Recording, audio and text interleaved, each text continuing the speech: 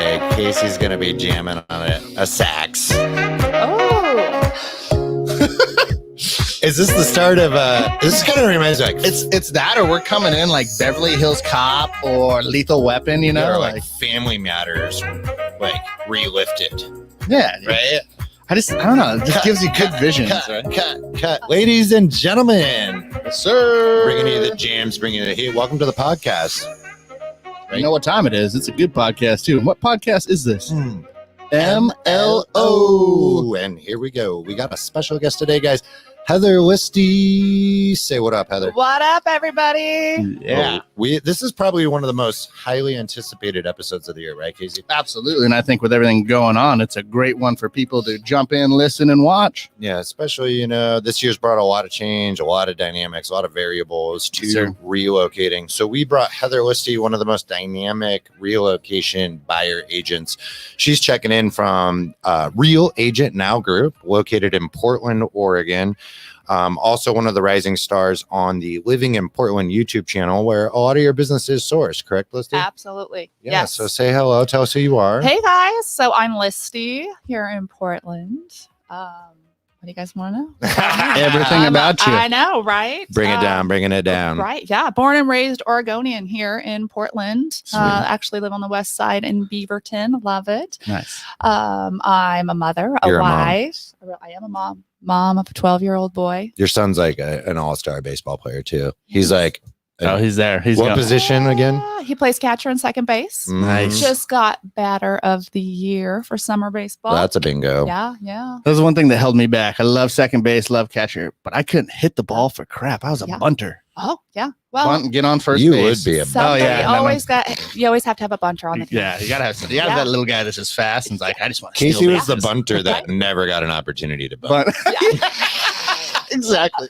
Yeah, Yeah. grab the Capri Suns, Carp. Yeah, we need some more water, Carp. Come on. Yeah, then he went to the Navy. I went in the Navy. Exactly. Oh, man. To bring it all together, though, I personally know Listy very well, and she's done a fantastic job in 2020 executing over 30 plus relocation transactions from across the United States. So Yes. you name it. Name a couple of your states. What? Oh, New York, New York? Florida, Arizona. Lots of people coming from California, Oh, Cali. my gosh. Washington, D.C. That's some travel in there. That's some big I mean, miles. you're talking. I mean, We have a buyer that just landed here from Puerto Rico. Also, I'm excited. look at about that. We got some.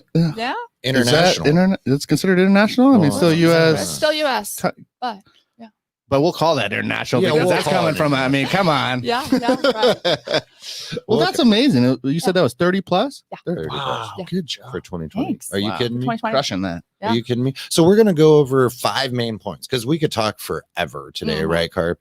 We could Well, talk. they know us, and we sit here. And Yeah, talk we for just days. jingle, razzle, dazzle Totally. over and over. But we're going to hit 5 of the most important things when you're structuring a relocation. And this is Mhm. really important, everyone.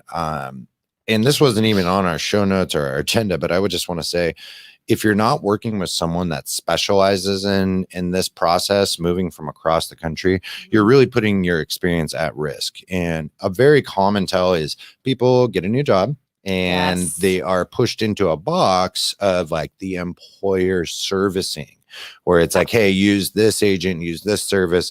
And really, Listy, we never hear success stories from that opportunity. Seems like a win, but like, tell us a little bit about that real quick, because that Yeah. comes up a lot. It does. Mhm. Yeah. So a lot of people will be relocating.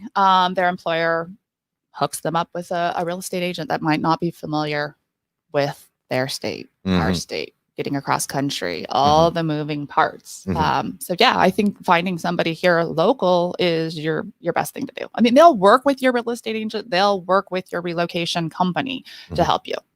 Yeah, I think one of the best stories I have about that, and feel free to hit Mhm. in on that Yeah. story time music, is, story time. you know, Story time. producer Josh always has their back with Yeah, that he little. does. Yeah.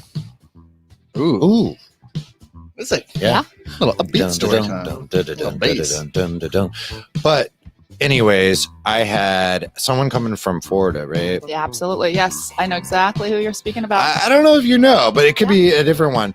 But this individual was being completely set up with their employer on relocating, Yes. the moving, the physical parts, the cars, the sellings, the this and that. Absolutely. And they're hitting me up at text whatever. It's like, hey, Eddie, how much is it going to cost to like bring my car, ship this, move that? And I was just doing basic, like on my phone, Googling. Exactly. And I'm not even a real estate agent. I'm the lender, right? Yes. And he was like, you've done more for me than my moving coach. Absolutely. And I go, what's a moving coach? Yeah. His new employer gave him a moving coach. I want a moving coach, but I don't No, have one you of those. don't, because they don't do anything. Yeah, they Well, don't. You guys They could don't. be a moving coach. We could. You guys are a moving coach. I wonder if this moving coach probably did not Google like you.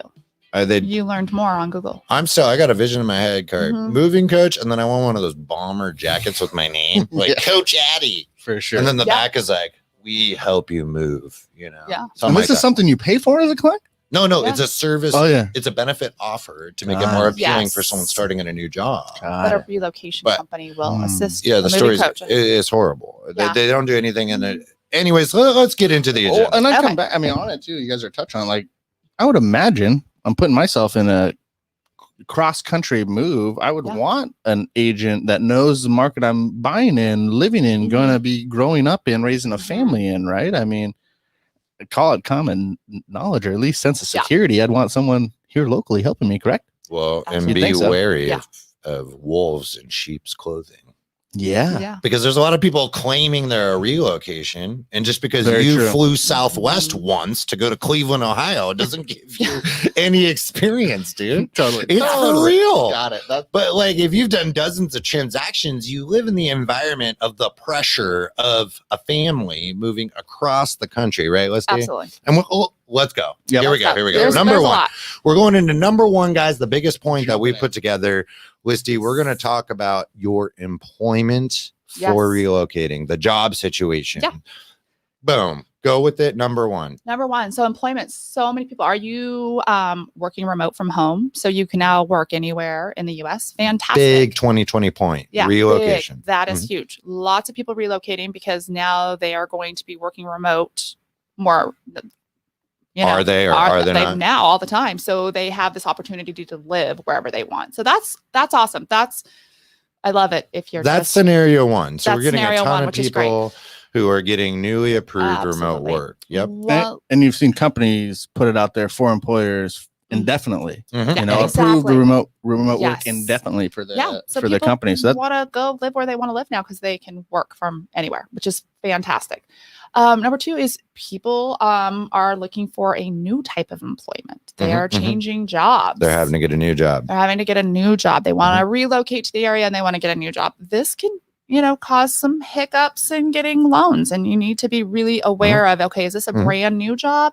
Is this a new career? Like if you're changing Mhm. careers and you're going into a completely new type of employment that you don't have a history in, that can affect your loan. We'll get that dropping down lender Look at knowledge. God, I And love some that. people don't realize that. They're like, oh, I got a job. Oh, but I haven't done that job for the last 5 years. This is something completely new. And Yeah. that affects you guys. Yeah, and we cover that in like some of our other episodes, Yeah. and putting a little bit of color to that. Mhm. So approved remote work. There's a couple different scenarios here. Number one, you have indefinite approval to work remotely. Mhm. Some Yes. people don't. A lot of people think just because it's temporary that they can go live anywhere right now and that income still qualifies. Not necessarily. So the verification of employment process, right, Casey, is Yep. going to be they want that verification of indefinite remote approval. So that's scenario number one. And then scenario number two, to Listy's point, is they're needing to find a new job. And there's a lot of little things there that you need to consult with your lender regarding the storyboard and the timeline so that we can make at least as accurate as an advisement of what needs to be done. Because to your 2-year history note, you might or might not need that. It depends. Exactly. Is it do you have schooling or a degree for that certification? Industry specific. This year has brought forth a lot of underwriting considerations for employment based on the stability of the industry, right? Totally. C's Candy Shop doesn't show a bright future right now in the mall comparatively to, a hospital CT scanner. And my apologies up front for anyone that is a C's Candy advocate or employee. I wasn't trying to make light of that, No. but just We to love give our C's candy though. Great closing gifts, guys. great closing gifts, Easter, stuff like But retail, I mean, let's be honest, guys. Some Mhm. retail stuff out there compared to medical, or hospital, I mean, that's just where it's at right now. The retail struggling, Mhm. hospital stuff where it's at with our Well, in pandemic. Casey too, we had this situation with a joint client is the self-employment. Mhm. Because Mhm. that becomes even more complicated. A lot of people make that assumption. Oh, I've been doing this job, so I get all of my they might hit that 2-year self-employed taxes, all that stuff. But the service is very important because it might need to demonstrate some consistency in revenue in the new location. My example is online tutoring. Oh, Met a gentleman who's an online math tutor, right? Yeah, you can move from Denver to Portland because 100% of his revenue on his self-employed taxes were all internet-based business. yeah, But you can't be a dog walker right. Mhm. in Florida and come to the West Coast and assume that you're going to have the same dog walking business. That is not going to work. No. Right. That physical location discrepancy there is going to hang you up, right? I mean, you actually have to have a location. It's your business is coming from the surrounding area that you're living in, right? That's completely different for sure. If you're online, no physical presence needed. And I'm not ruling out, and of course I got to throw in the compliance riffraff here. Every loan is, subject to approval, program specific, the lender you're using, the loan program, Yes, a lot of different variables. But I'm just wanted to emphasize the point that you need to get with your lender and talk about that strategy there. And it's easy to make assumptions as a client. You think it's all right, right? You think that you just started that Uber driving job and it's all good. It's just stuff that you honestly need to have that conversation with your real estate agent and your lender, because honestly, we're the experts in it. And we'll be able to actually give you the proper advice, allow you to make that right decision. Well, and I like to see people have that conversation before they relocate, because you would be surprised how many people I have show up here and, they've sold their house, down in California, and they're here and they're looking for jobs and they want to buy a house right now and they don't have the job, or they're living in an Airbnb and they're kind of stuck. And I want you to have that conversation about Great point. employment with your real estate agent and your lender before you make the move. 100%. Before you make the move. That's Great why point. it's number one. To roll out to kind of conclude that first point, if you do have a job, because this is very common and a lot more positive. So say you get an offer. Hey, I got an offer at this new job. You're going to want that employment offer, an official one that's got a couple different main things: the company header, a date, a start date, details to the compensation structure. And ideally it's base, not performance, because it's really important, guys, to have that offer letter and discuss with your lender to make sure that you're working on a structure of income that's qualifying. Absolutely. And that kind of gets the ball rolling. And have it be as detailed as you possibly can on that letter. The more information we have, the better. If it's just like, hey, you're just going to get paid kind of whatever you get paid based off of however hard you work, that's kind of hard for us to determine what the pay is. But if it's like, hey, this person's a $35,000 salary and that's what the pay is, great. We know the exact number. So if you can get that detailed, have those conversations, you are setting yourself up for success. So let's go to number 2. That was good, guys. Yeah, good chiming there. The rhythm's nice. The pace is nice today. All right. I like it. And producer Josh doing a great job today. Oh, he's doing great. And we got Kanoa. Killing Kanoa's killing it too. He's running around with his photography. Yes. A professional Just killing it. photographer. There's a little camera going on. Well, like the real thing. around Netflix here. is next. You keep talking about Netflix. I I'm know. just waiting for people to be You like, were yeah, just Netflix is happening. Did you have a Netflix marathon recently? I just want to get us on Netflix. That's my goal. Let's do it. Pushing for season 2. All right.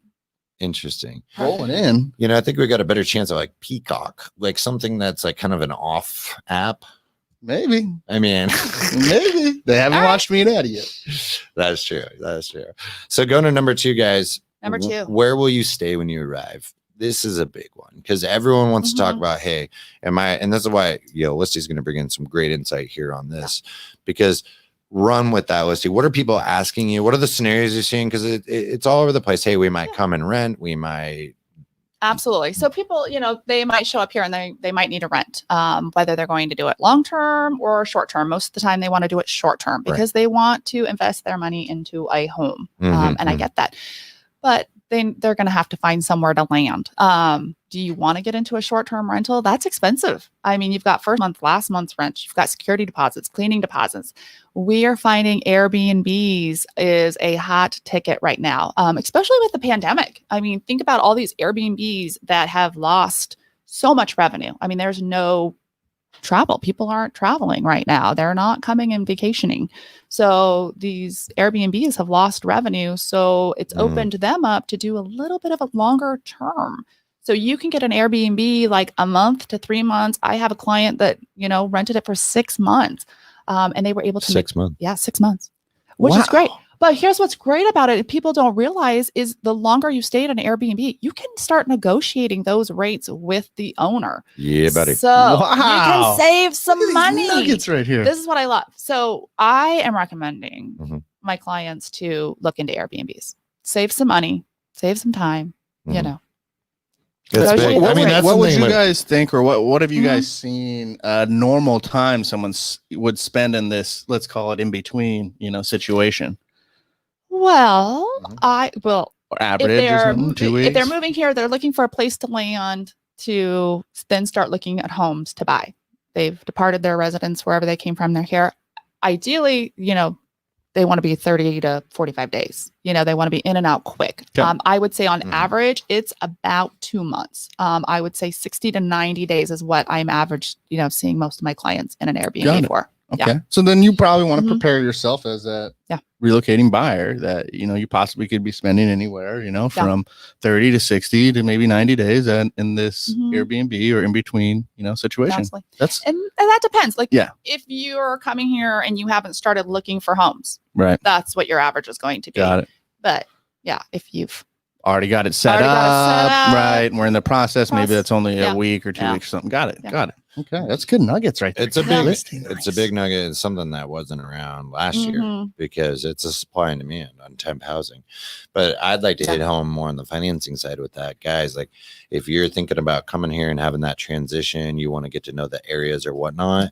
It's important because if you get into an apartment, there's a lot of fees right now with the uncertainty of the economy. Landlords are layering tons of moving fees to high-end deposits, no short-term. They want to lock that for a really long minimum of a year in most cases. They're forcing those. Yeah. So it's just a great way to save money. And a lot of people we see, do the math. And they think they're going to stay somewhere. And then they come running back and they're like, it's going to cost us $3 or $4 grand more to do it this way. Because just because all your stuff is now here or in your new place and you just got to move it, cross city, it's still moving. It still costs money. So you're moving twice. Yeah. Totally. So a lot of people are trying to limit that and time more like storage units or pods and utilize what Listy is advising here with the deals. Yeah, I like that. Airbnbs, work with them. Just ask them. You negotiate those rates. It's fantastic. I didn't even know that. How cool is that? Right? Like, negotiate that down. You just got to ask the questions. You got to go to them.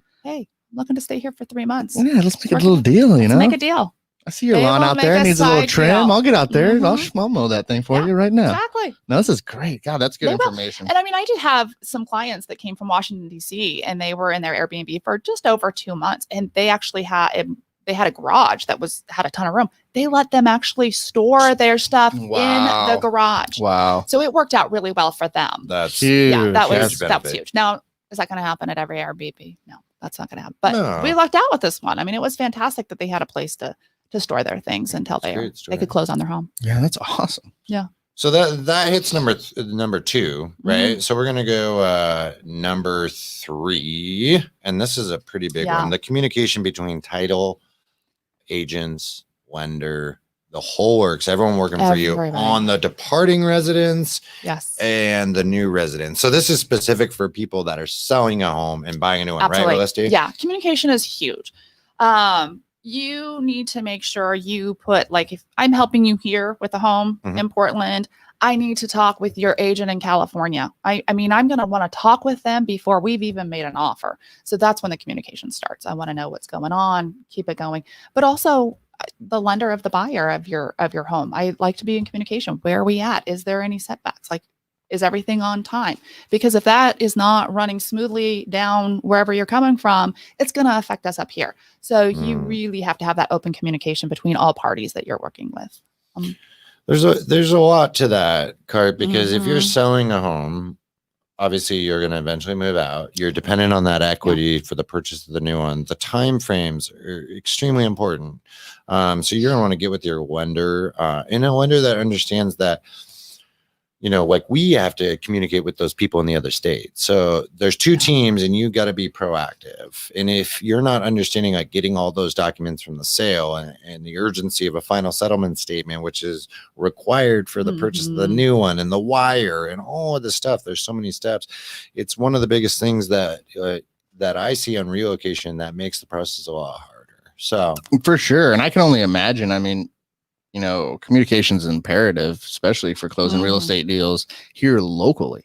I mean, just locally, you're going to have buyer's agent, listing agent, clients, lender, title officer, appraiser, home inspector. I mean, I can start racking these fingers off, and those are all people, and you can't hear us listeners, but that's 5-10 fingers I had holding up. You can't see us, can but you hear that? That was 10 fingers. It's 10 fingers if you can hear it. But that just means a lot of people are involved in that transaction. There's a lot of hands going in, and now put it, where you're going cross country. So we're dealing with New York and stuff like that. So what the, listing Addie or driving home to you guys is very important, because communication all the way around can make or break your real estate deal, hands down. There's a lot of moving parts, and things are done differently in different states as real estate. And like another good point. Yeah. Cause you'll get some states that are attorney states. Absolutely. Yeah. Attorney states, they do things differently, and their attorneys are on their own timeline. And does that mean, and for anyone that might not know that, guys, is that they only deal with attorneys? They're not dealing with title and escrow, or they're dealing with both, right? Yeah. You're represented by your own attorney, and you're not dealing with escrow, a third neutral party. Got it. You have somebody working directly for you. Another hand involved. But I think it's interesting. I'm surprised at how many transactions that I'm working with where I have another title company I'm working with on their departing residents, and just trying to get the two escrow companies to communicate and talk to each other. And I'm a matchmaker. I'm matchmaker. And then you got to make sure that everybody is communicating. So not only am I talking to them, but you have to make sure title companies are talking. And there's a lot of moving parts. So talking with your lender, talking with your realtor. Because you're explaining, you could have your title could be set up to two separate things. You could have a title company, and you have a separate escrow officer. You can have those setups too. So communication, guys, I think it literally is one of the most, if not the most important thing during a real estate transaction. And I'm shocked at the number of realtors that I'm working with out of state that have people relocating. And I feel sad, because they're a little uneducated on helping their sellers move, and how many times I've had to step in to kind of help in several different situations if something has happened on the transaction on the other side, and trying to come up with solutions.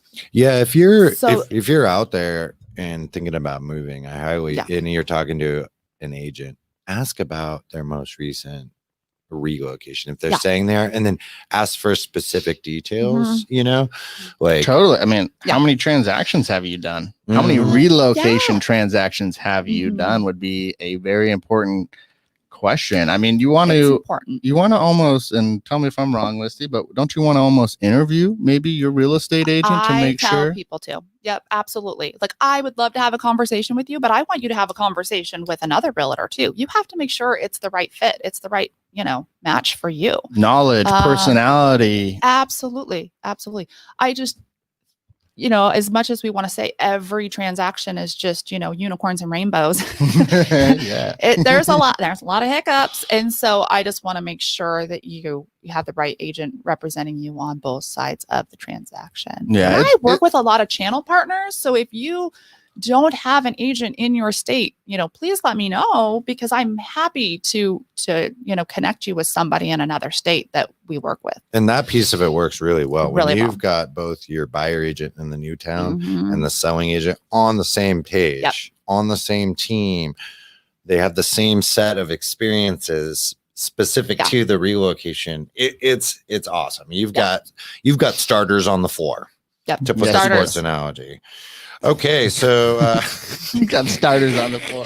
That's a good one. I was going to go with the analogy that relocation is kind of like a road course, that you race on, because you got different types of turns, left turns, right turns, hairpin turns. And some of your Manila real estate transactions is like just a NASCAR super speedway where we're just straight with a 45 left turn constantly. Is hairpin an actual driving term? Hairpin turn? Yeah, isn't it like a 180? I think maybe 180 turn. I don't know. Not a race car driver. That's all right. Just a podcaster. And mortgage advisor, first and foremost. Geez, a veteran. There we go. We love you. Yeah. No, I was just curious. I hadn't heard that one. I want to use it more often. Tight.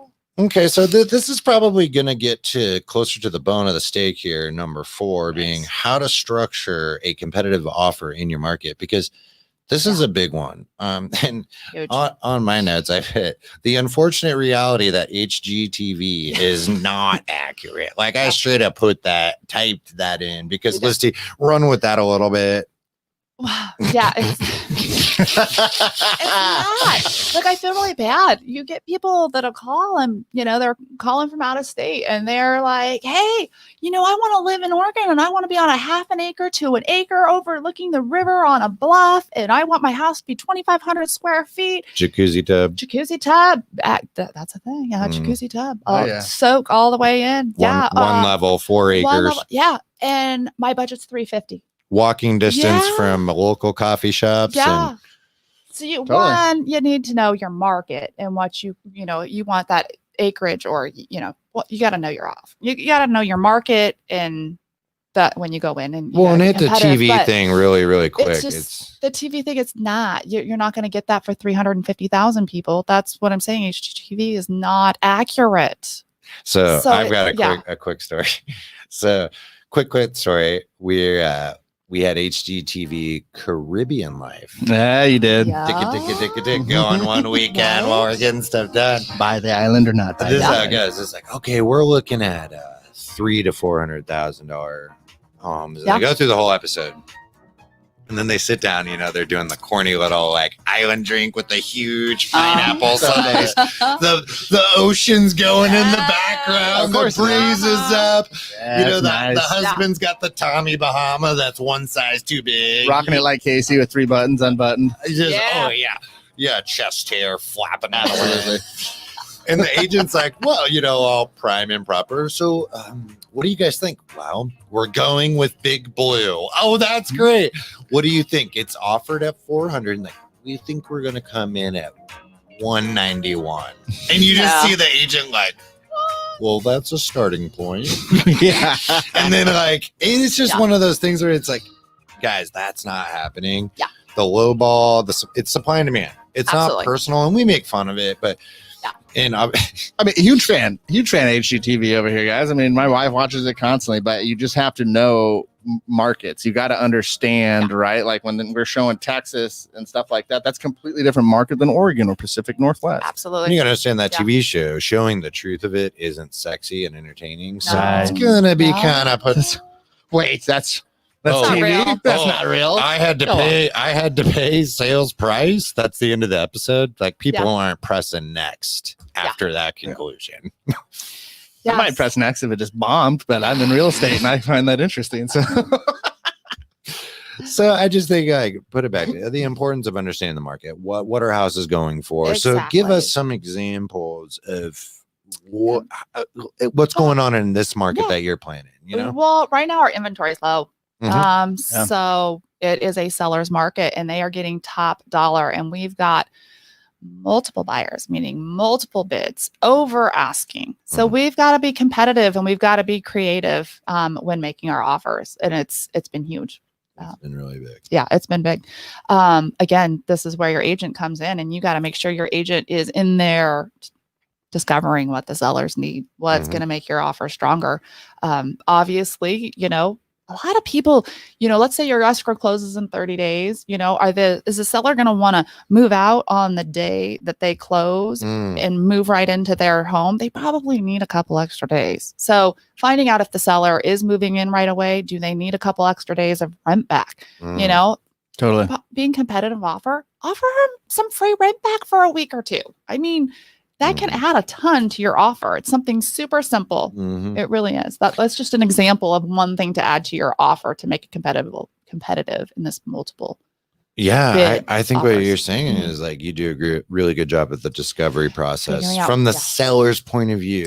I think a lot of buyers look at it from their point of view, which is very natural, right? Which is natural. Like me, what can I get? And as your agent, I am there to help you. But if you want this house in this type of market here that we're in right now, we need to figure out what does the seller need so we can make you more competitive to make your offer accepted. Yeah, the rent back thing is really big right now because, guys, something that's different with 2020 case, and I know you and I talk about this all the time. Totally.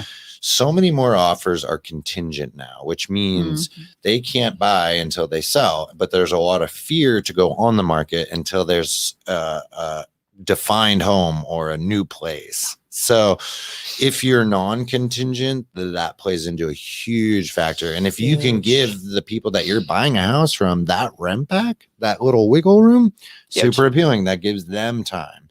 And going up to some of our other points, we're taking advantage of a short-term Airbnb and timing everything accordingly. There's a lot more logistics to it than one might think, right, Casey? Yeah, absolutely. And especially, there's just stuff moving around, guys. And I mean, you know, when you're working with people that have your back, or at least looking to try to, you know, help you get this offer accepted. I mean, we're looking beyond rather just putting it on paper and putting it on the table, right? Because, you know, we have it marked here. I'm sure you might have rolled into it, but it's like, how would a seller know yours is different than anybody's? You know, you just said, Listy, right? We have a bunch of offers going on these. Bunch of offers. So it's like, what's separating, you know, Addie and Listy's client on paper rather, you know, from these other 10. And so, you know, I think it's something that, you know, from your competitive offer standpoint, how would you guys approach that? Or what's a better, absolutely. What's the strategy for you guys there? Communicating. Back to what we've already talked about is communicating. You've got to start communicating with that seller agent, you know, finding out what works for them. But also not only me, but Addie as a lender, you know, one, I will say really fast, when working with a lender, make sure you're working with a local lender, people. It speaks volumes to an offer. And I know, Addie, you, in fact, on many deals that you and I have worked on, you call the selling agent directly and have a conversation on the buyer's behalf. And you don't find that happening with other lenders. And you'll do it on the weekend. Yeah. What lender do you find working on a Saturday night at 8 p.m. when I've submitted an offer is picking up the phone and calling the agent and having a conversation on behalf of the buyers and, you know, where they stand, you know, financially and how strong that this loan is. That's huge. You're not going to get that from a lender that you found online that's, you know, on the other side of the country and they're, you know, working East Coast hours. That's a really good point. Makes a huge difference. And just to put it out there, because, you know, our audience is all across the United States. So the big takeaway that I can't say, you know, I can say what Casey and I would do to calling in advance, introducing and testing. But if you're going to do anything, use, to Listy's point, use that local lender, because it's just to give a little bit of framework, like with how busy it is with lower interest rates, refinances, a hot interest rate market, low inventory across the nation, supply and demand, right? Historic volumes. I'll just put that historic volumes out there. Just that hammer down. We need a short little 3-second clip. I want to get that. People need to understand that historic volumes. This isn't one transaction happening in a month. These are thousands of transactions happening a day. This is big. So if you're using somebody, say you're buying a house on the East Coast and you're going to use a lender in the Midwest, where do you think they're going to put their attention to? Probably the Midwest area deals prior to the ones that they have zero consequence if it doesn't, you know, have good communication or close on time. You don't see me. I'm in another state, you know. What is that? What did I always say in the Navy? Out of sight, out of mind. That's what you said in the Navy? Oh, yeah. If they didn't see you, how are they going to put you to work?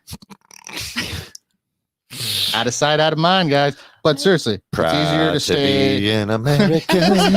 it's like, guys, if you're sitting back in another state, though, I mean, really, though, Addie makes a great point. Are you focusing on your transactions in that state, right, over, you know, the deals you have in outside states? Most likely, or obviously, we're not going to speak for people on that, but let's use some common sense and think about it. So it probably would be good. Maybe someone local.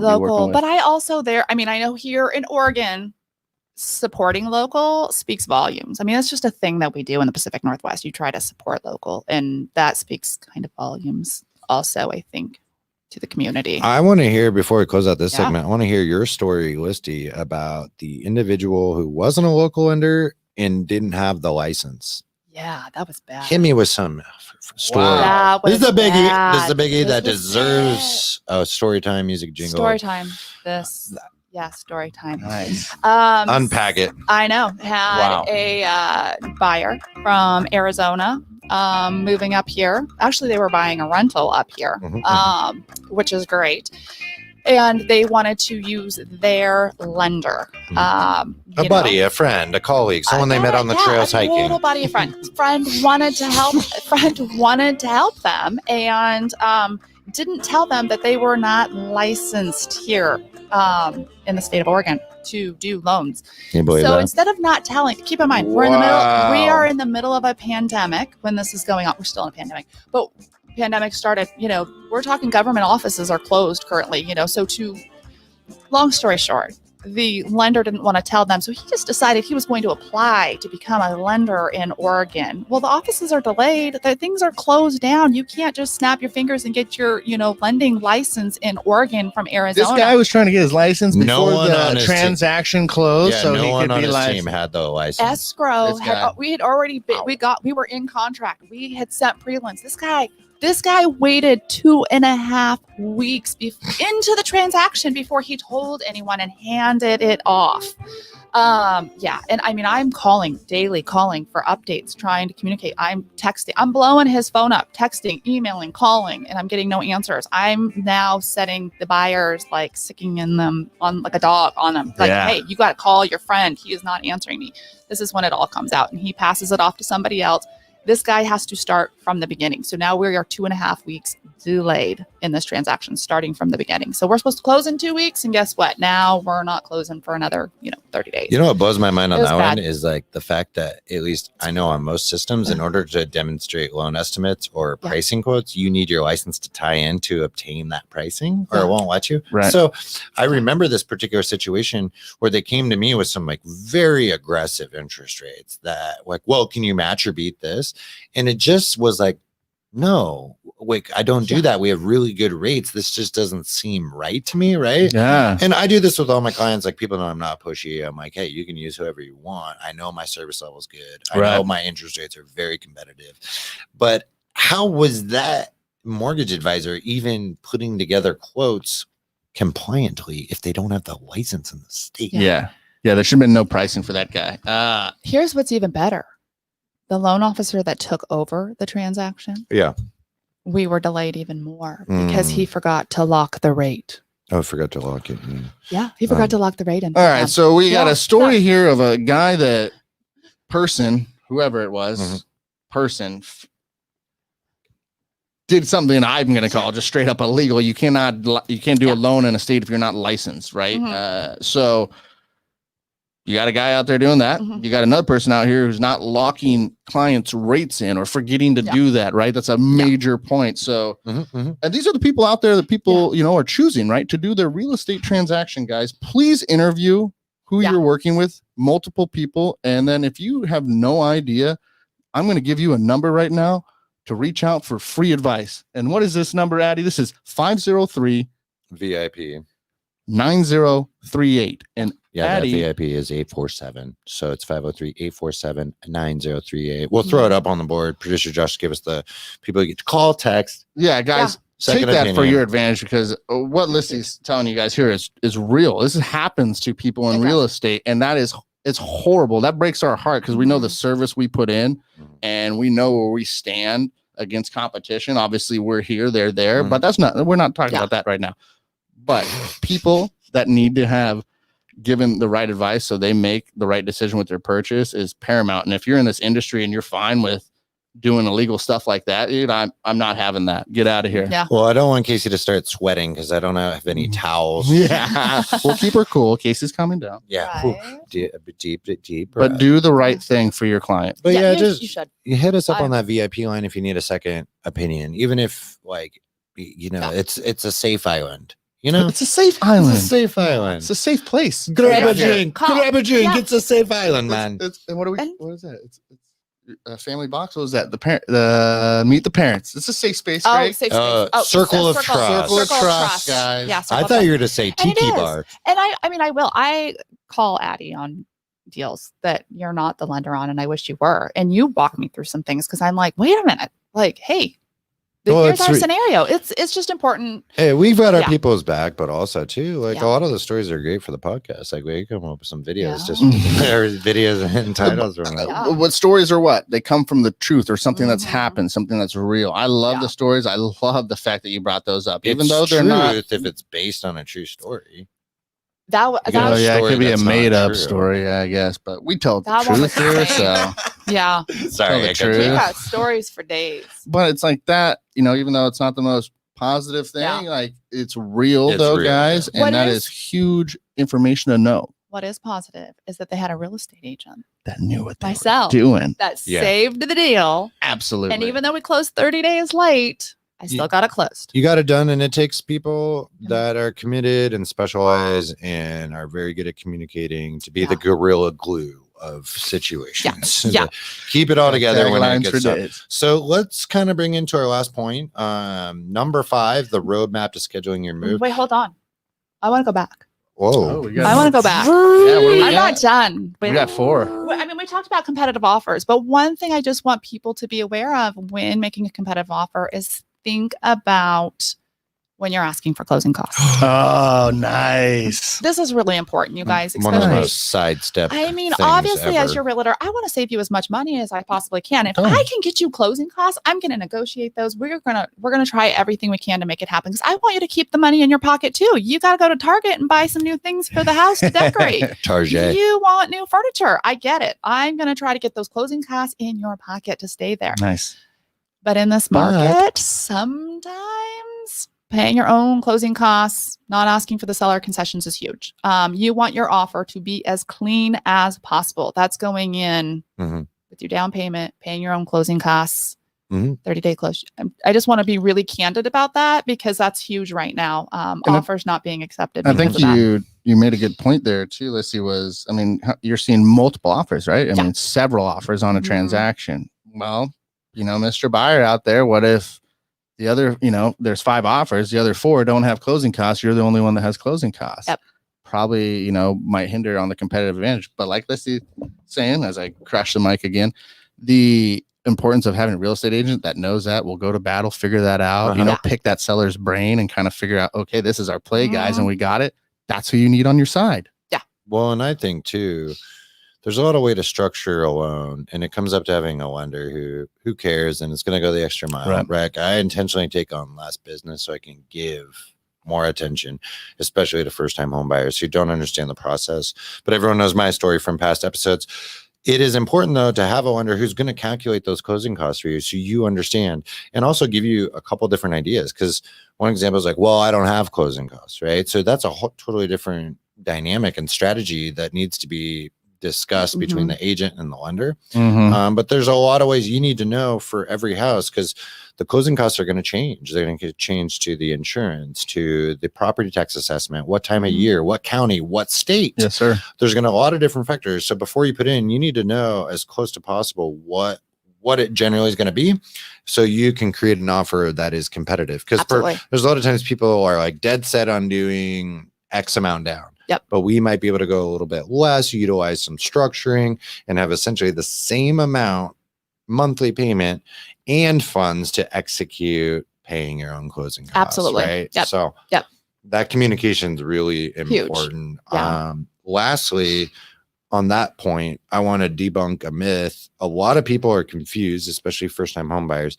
They think that you can finance your closing costs, meaning they think that you can just negotiate an accepted offer, paying your own closing costs, come to Nett as the lender and be like, great, can I take out another one for the closing costs? It sounds funny. Yeah, a lot of people think that, but Yeah. they don't know what financing their closing costs really is. Yeah. So the only way that you can finance your closing costs in to the mortgage is when you have interest party credits, so either seller credits or seller concessions, or you have credits from your lender. So there are caps and limitations to how much you can have as a credit, but essentially in a hot market, you are, say closing costs are 10 grand. You're going to offer 10 grand over and ask those sellers to pay $10,000 back. So it's a wash essentially. But I really wanted to know this because a lot of people think that you can just put it on your credit card. Exactly. Well, and first time home buyers also, a lot of questions is they think their down payment includes closing costs. They don't realize those closing costs are additional on top. So I just want to point that out really down fast. Payment, closing costs, cash to close. Yeah. Combination. It's confusing.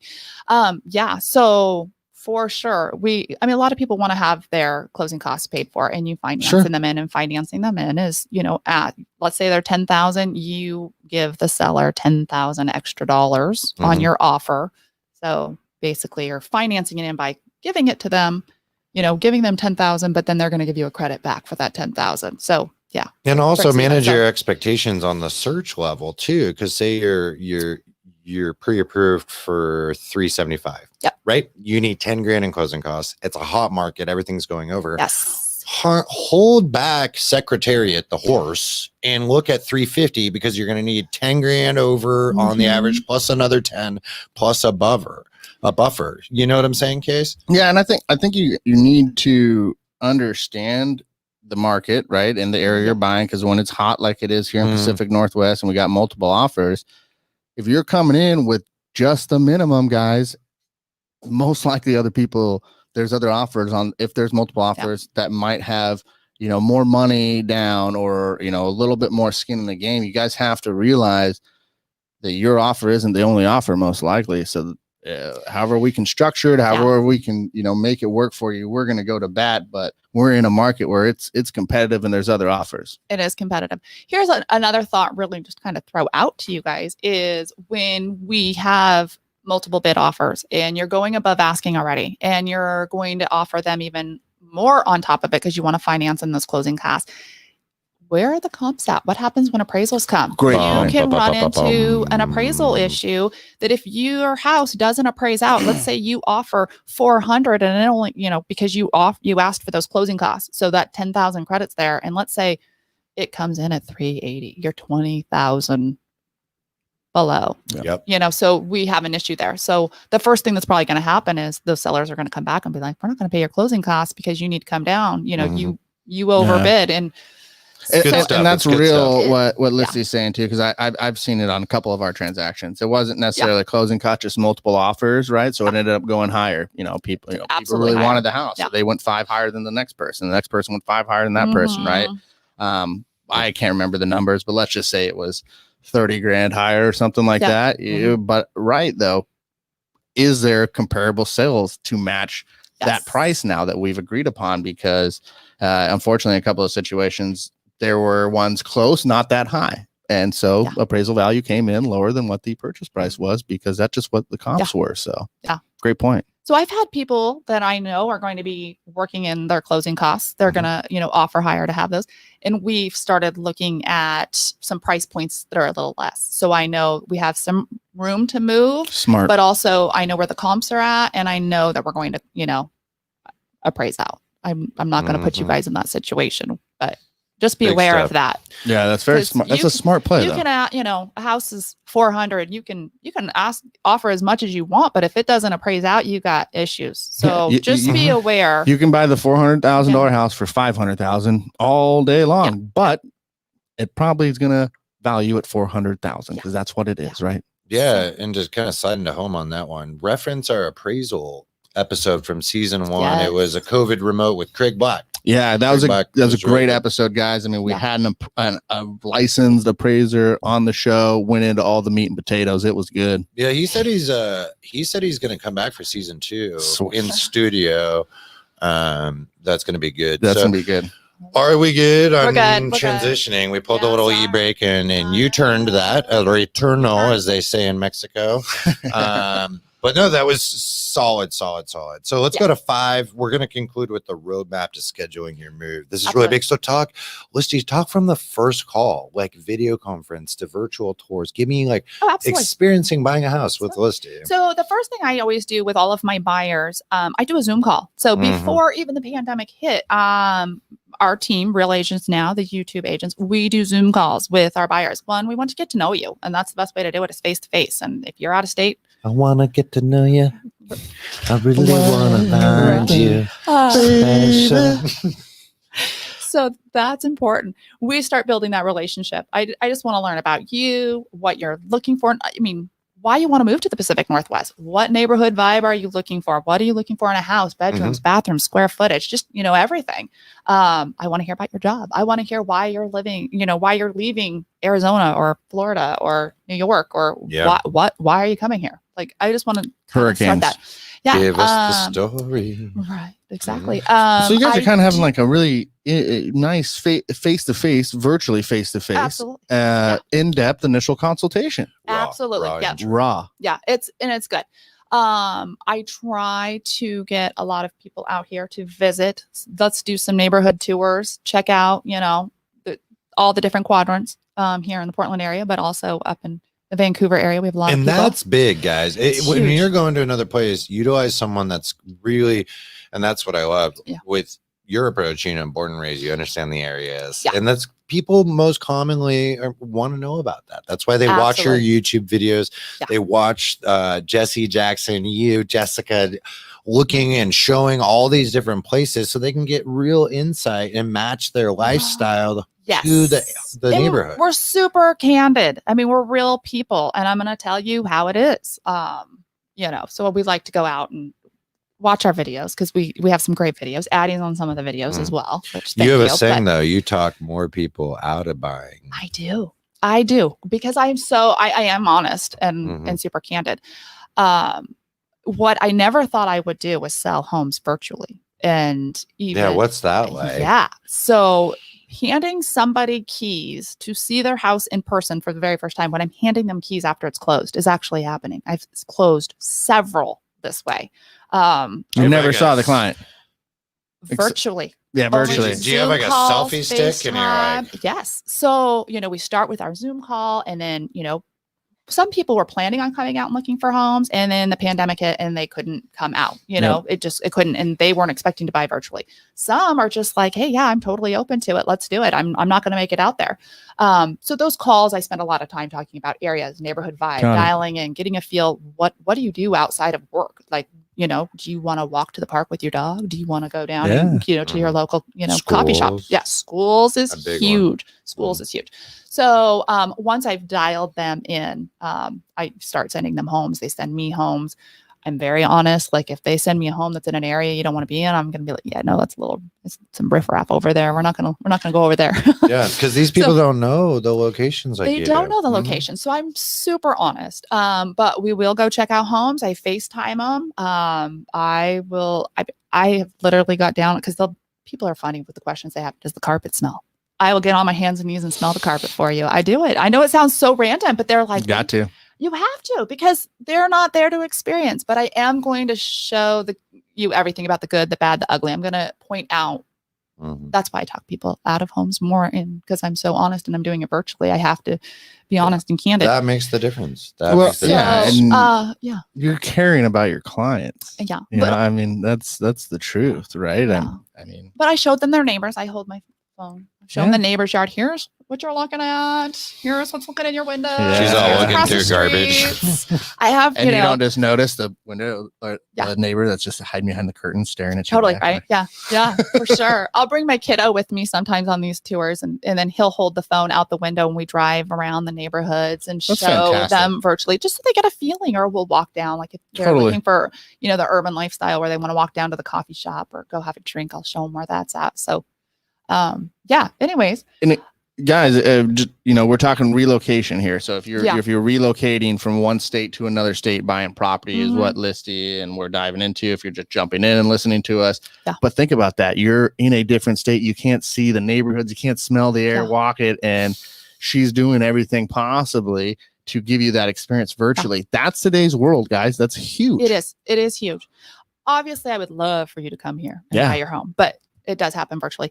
And I am, now that the pandemic is just something we're living with, more people are taking the time to come up here, and I'm trying to get them into their neighborhoods and show them the neighborhoods. And even if they're, not buying for 6 months or to a year, at least I'm starting to pinpoint the areas that they like and don't like, which is fantastic. And then if they end up buying virtually, I have a better idea they've been here, and I can be like, okay, remember that huge park we were at over in Northeast, Portland? Right. This is where that house is located. I can, make those connections with them, which is fantastic. But as far as the roadmap, I really need flexibility. I mean, that's really important. Let's say we find a house, you get into contract, we're communicating obviously almost on a daily basis, back and forth on what's going on. But once you get here, let's say we are scheduled to close in 30 days. So let's say we're closing 30 days from today. Okay. Don't have your moving truck plan to be at your house in 30 days from today. Like, I just need some flexibility. I just want to be honest with that roadmap. Like, but they always got it planned that day, Listy. They do. Everybody, my closing date is on, October. Oh, yeah. You got the U-Haul coming, Comcast, PG, the fence is being built, the roof is being patched, new gutters, painters. Yeah. On the day we're trying to fund and record and do everything.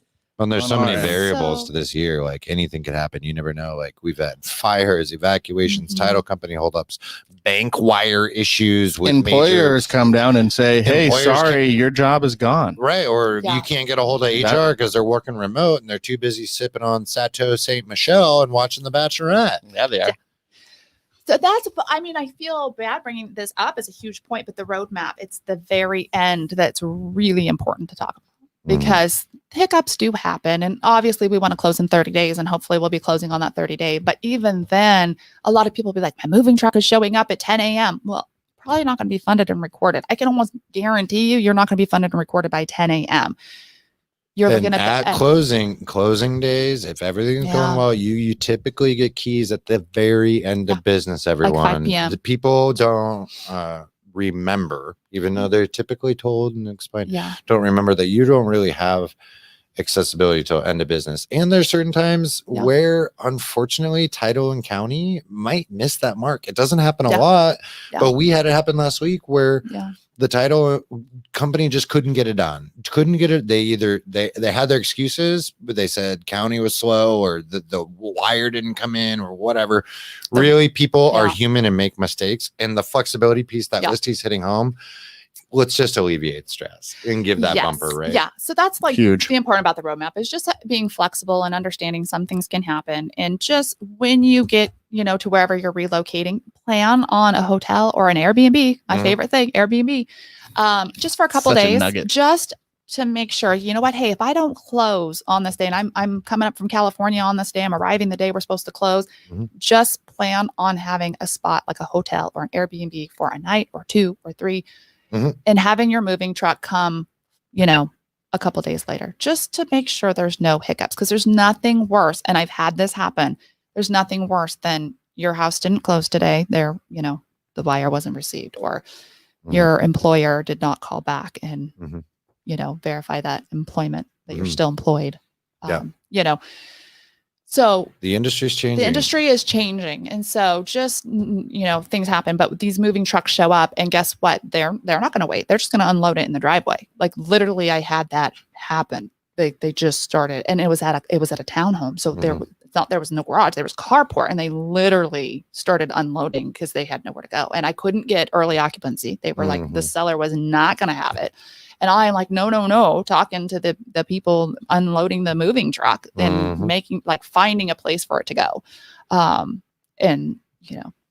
It's extra cost. It costs you more money when you can't unload, when you're telling these people that they're going to unpack their moving truck for you on closing day, and then they can't do it.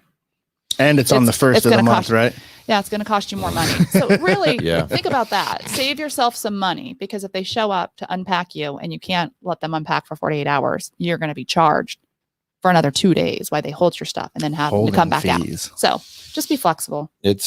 Yeah, this is a great episode. I feel good that we've experienced the most highly anticipated episode of season 1 for sure. because this is such a great breakdown for people. Not only if you're coming cross country, but locally. Like, think about what you can do to make this process easier. And I think we can slide into a close here and summarize. Totally. What do you think, Carp? Yeah, I think so. I mean, just a good episode for people to understand the complexity of it. It's so complex. People don't mean to make mistakes or do something without consulting, but that's a human nature. You think it's fine and you make a decision or choice and you're running with it. But guys, please, we stress the importance.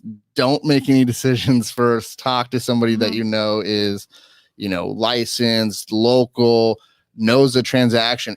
Just ask them how many transactions they've done on the specific transaction you're doing. Relocation, VA, whatever it is, just tell me how many transactions you've done. That'll help you guys a lot for buyers. Yeah.